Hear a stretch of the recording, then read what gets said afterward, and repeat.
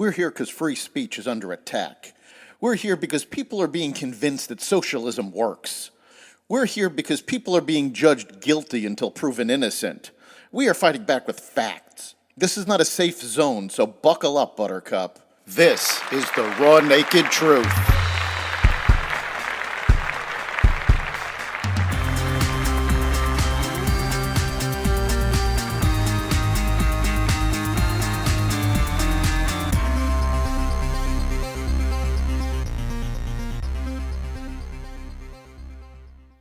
Welcome to the Raw Naked Truth. I'm your host, Eric Lopkin. Last week, we talked about how the Democratic Party has lost touch with America. This weekend, Joe Manchin showed that they've also lost touch with their own members. Ding dong, the bill is dead.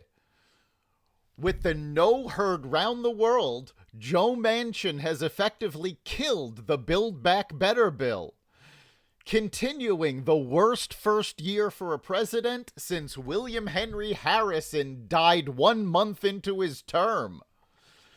Democrats have been throwing a fit, saying they were blindsided and that Manchin went back on his word. Not only is this disingenuous, it's downright delusional. Manchin made it clear even before the bill passed the House that he would not support any bill that cost more than $1.5 trillion. The Democrats tried to put fiscal tricks into the bill, like only paying for 1 to 3 years of 10-year programs, knowing full well that these programs would not end. Even with the tricks, the bill cost $1.75 trillion. The Bipartisan Congressional Budget Office put the real cost at over $3 trillion over what the increased taxes would collect. That means it would add over $3 trillion to the deficit. With that fact alone, the Democrats should have expected this. Just as important, they have seemed to have forgotten that Joe Manchin represents West Virginia, not Washington, D.C. The economy of West Virginia relies on the coal industry for jobs. This bill would destroy those jobs. Bernie Sanders, the idiot that he is, stated that he wants the bill to come to the floor so Joe Manchin has to explain to the people of West Virginia why he voted against it. He's voted against it because it's bad for West Virginia.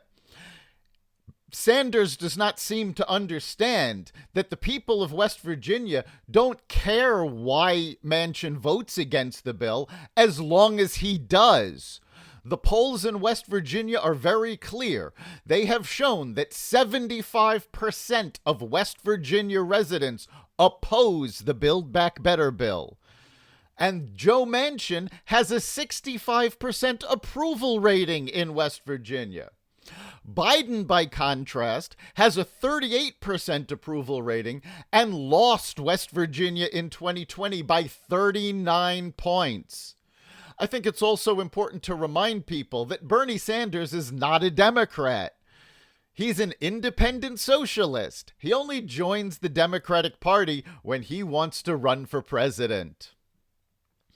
Jen Psaki continued this insanity with the following statement, quote, Senator Manchin's comments this morning on Fox are at odds with his discussions this week with the president, with White House staff, and with his own public utterances.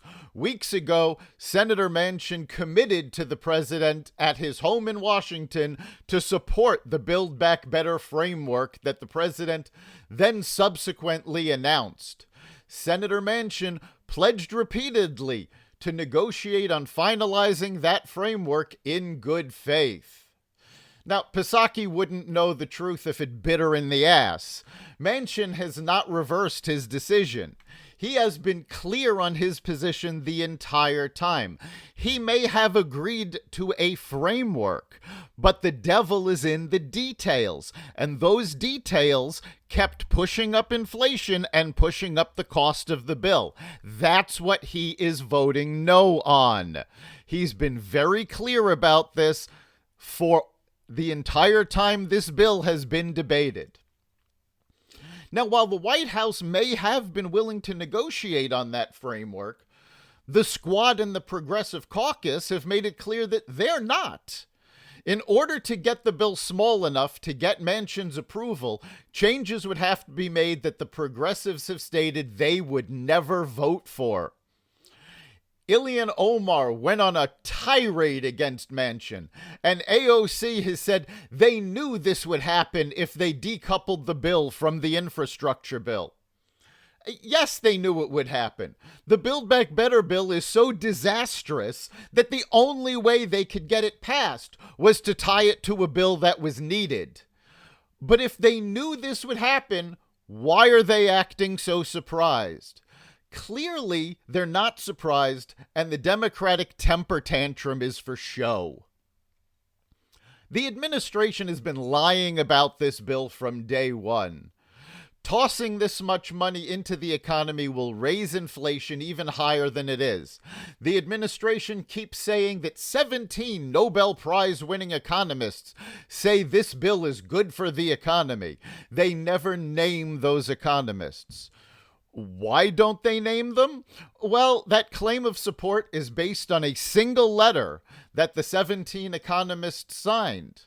Now, with a little investigation, and you can find this with a simple Google search, you'll find that the letter was penned and signed by Janet Yellen's husband and his colleagues. Not exactly impartial supporters. Now, on top of that, they keep saying the bill is paid for, the bill is paid for. The bill has never been fully paid for. It's never going to be fully paid for. The Congressional Budget Office has said it's not paid for. If that wasn't enough reason for Joe Manchin to vote no on this, most of what is in the bill has been kept from the American public. But one thing they have released is support for child care. With the child care provision, however, the administration and the progressives have only been telling half the story. It has now been reported that faith-based daycare facilities, that is, any child care facility run by a church, temple, or other religious organization, are specifically excluded from receiving funding from this bill. Now, these daycare centers are very often the lowest cost providers and the only way people can afford childcare. Additionally, the bill requires college degrees and additional certifications for any worker in childcare facilities. Now, that means that it's going to cost more to get your degree, your certification in order to work there, which is going to boost what they have to be paid in salary, which is going to boost the cost of childcare. So both of these situations raise the cost of childcare. Even with the subsidies in the bill, childcare becomes less affordable. This is the same thing that happened when the Obama administration pushed forth the Affordable Care Act. Despite the name of that bill, very little care became affordable. Now, increased government spending always increases inflation. This is simply a fact. You can look it up historically. The Democrats were warned about this earlier in the year when they pushed through the COVID relief bill. They ignored those warnings, and we're seeing the result now with skyrocketing inflation. The Wall Street Journal has pointed out that Manchin's no gives Biden the opportunity to reset and change direction on his disastrous first year. If he moves closer to the center and works with his colleagues across the aisle, he could save the Democrats from being decimated in the 2022 midterm elections. Of course, outside the administration, Democrats don't seem to want to really help him on this. Chuck Schumer has vowed to bring the Build Back Better bill to the floor for a vote next year, and he has said they will keep bringing it to the floor until they can pass something. They seem to think bullying Joe Manchin is going to get him to change his mind. The only thing that's going to change Manchin's mind is shrinking the bill. And the progressives have said they will not vote for a smaller bill. The Democrats really need to remember that Joe Manchin is a Democrat, and he's a Democrat in the tradition of John F. Kennedy and Bill Clinton.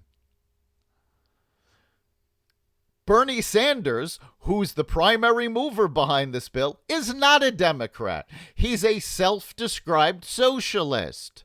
So why would the Democratic Party put their weight behind an independent socialist rather than one of their own? They need to do what's right with for America and just ditch this monstrosity of a bill. The Democrats did not have a mandate in 2020. They had a minimal majority in the House and a split Senate. The progressives overplayed their hand, and it looks like they're going to lose, and potentially lose very big. That's the raw naked truth. You can catch each episode of The Raw Naked Truth at xvadio.com/podcasts. You can also find us on the Apple Podcast Store, Google Podcasts, Spotify, iHeartRadio, Stitcher, Audible, Amazon Music, and wherever you find podcasts. We'll see you next time.